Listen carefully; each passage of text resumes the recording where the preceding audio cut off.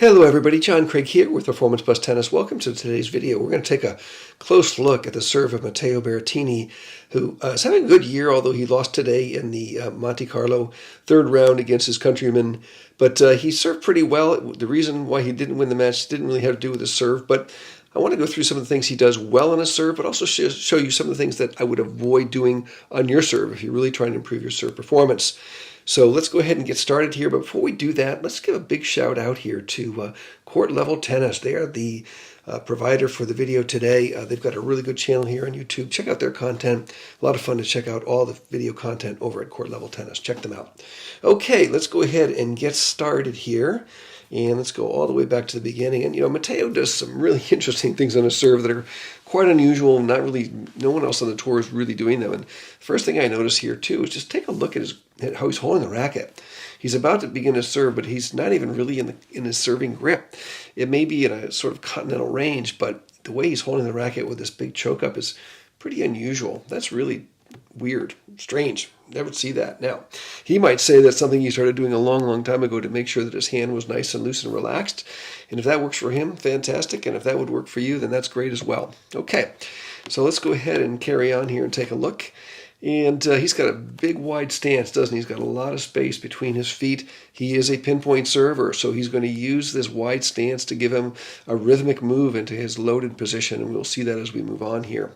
Okay, so let's go here and take a look, and let's watch him here as he moves into it. Now, what he does, too, and you'll notice here, watch how his hand changes positions right there, and it gets secure in his grip that he's serving with. Now, notice his grip, though. It is a very, very strong continental grip. It's almost really an Eastern backhand grip. You can see that the angle between his racket face and his arm is pretty dramatic. I mean, it's really even that's almost like a Stan Wawrinka type of grip for a one-handed backhand. But it works for Matteo because he's got a very flexible shoulder, which we'll get into. But you can see here, and I'm definitely an advocate of the strings being pointing up. He can look right down at the strings that are going to hit the ball, and that's really a good position to be in. That really helps eliminate that waiter's tray position as well. Okay, next up, he's going to enter into a serve here, and he's going to come to the back foot, and this is another thing I really don't like. Look how high his racket is. For most club-level players, when they get the racket up this high over their head, it clearly marks and creates a two-part swing where the arms go down, go up quickly and stop, and then it's kind of a broken swing. They stop and then restart again.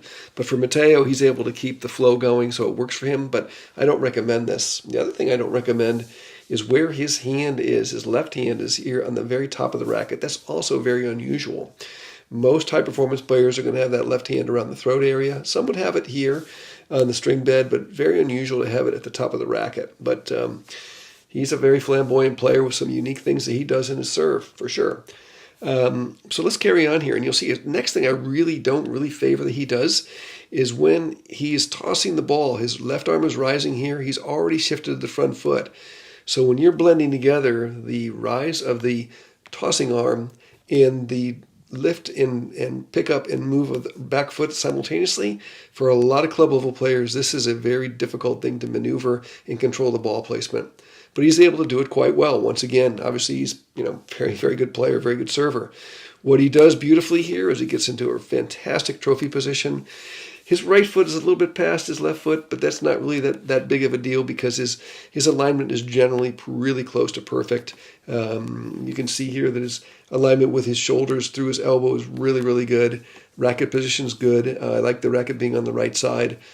Great strong left arm up, and his head is leaning off to the left a little bit. These are all key positions that really help you serve better. And he's got a little bit of what we call an S curve in the racket fit world, but not too dramatic, really. It's really a strong, good position to be in for trophy position, so he can generate a lot of power from here. So at this point in time, it's unusual how he gets here, but he gets here in a great position.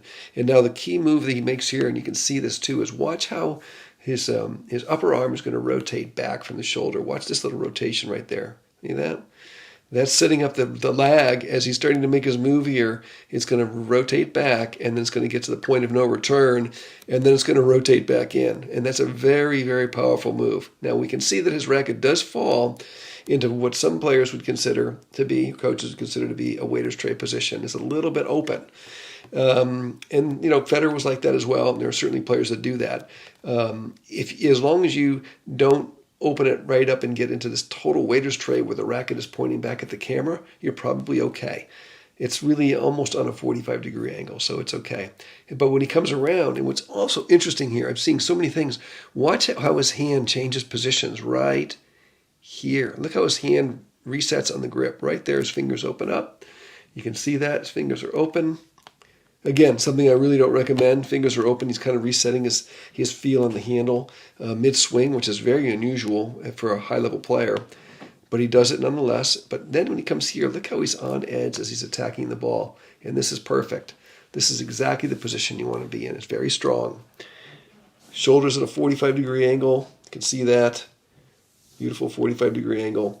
Head is out of the way. You can see that, out of the way, so he can look clearly up at the ball. And he's cleared his body away so he can really make that swing upward to the ball. Looking really good.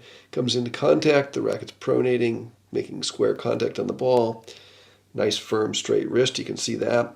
And then it pronates over, and that's beautiful movement there. Really, really good, strong movement. And now the strings are facing off to the right, as we can see here. See that?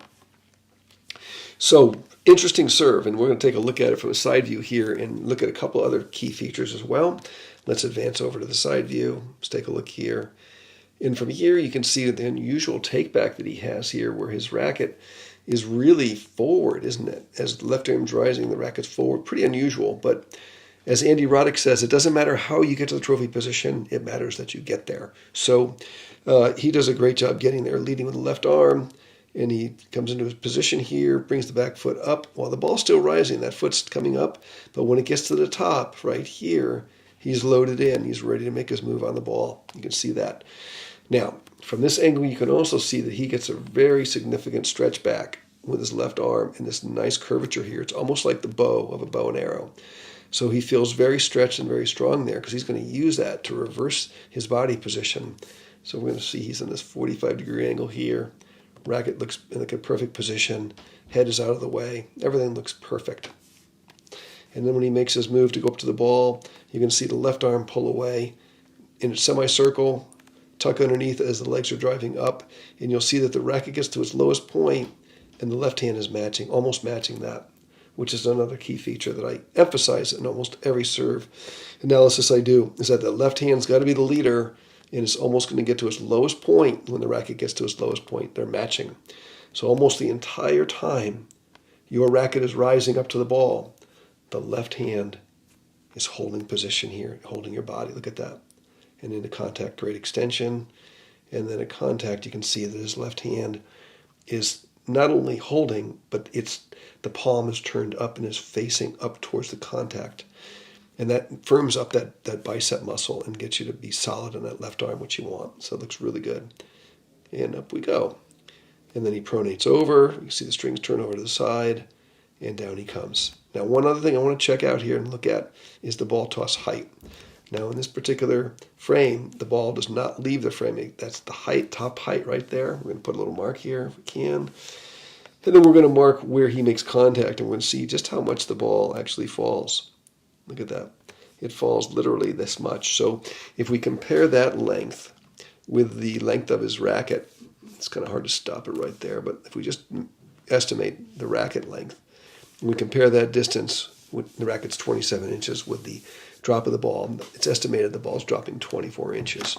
But if we go back and we play this in real time, ready, here we go play real time, it looks like the ball doesn't drop at all, but it drops about 24 inches. So it's a little deceptive. There's the top, there's the contact, 24 inches. So what are the big takeaways for Matteo's serve? Things I wouldn't do. I wouldn't really have this big wide stance necessarily. I wouldn't start with a funny grip and then change it back like he does there. You can see it's right there again, kind of in that funny position, and he changes it, unless it helps you stay loose. And I wouldn't be shifting the back foot up while the left arm's rising. So I wouldn't be moving the back foot forward while the left arm is rising as he does here. You can see that. And I definitely wouldn't go over my head with my racket like this. I wouldn't go here. I wouldn't put my hand here. I wouldn't go here with my racket over my head for most players. And I definitely would not be bringing the back foot up while I'm tossing like he does here. It's a lot to organize and synchronize. But the bottom line is he gets into a beautiful position, and he's got an excellent swing from here, an excellent sequence of movements that create tremendous power. So he's got an outstanding serve. So I think those are the key takeaways for you, is to really work on getting into a great balance and a great trophy position as he does. The style in which you do it is not that important. As long as you can get there and you can have an accurate ball placement and a great balance, you're all set.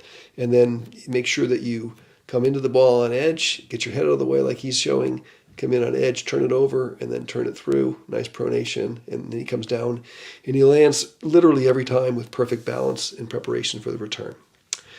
So that's it. I hope you benefited from this video today, and you can take some of these concepts to the court with you and improve your serve. Please give us a like, leave your comments down below, subscribe to the channel if you've not done so already, and stay tuned. We've got a lot more coming here at Performance Plus Tennis. Thanks, and stay tuned for the next video. Bye-bye.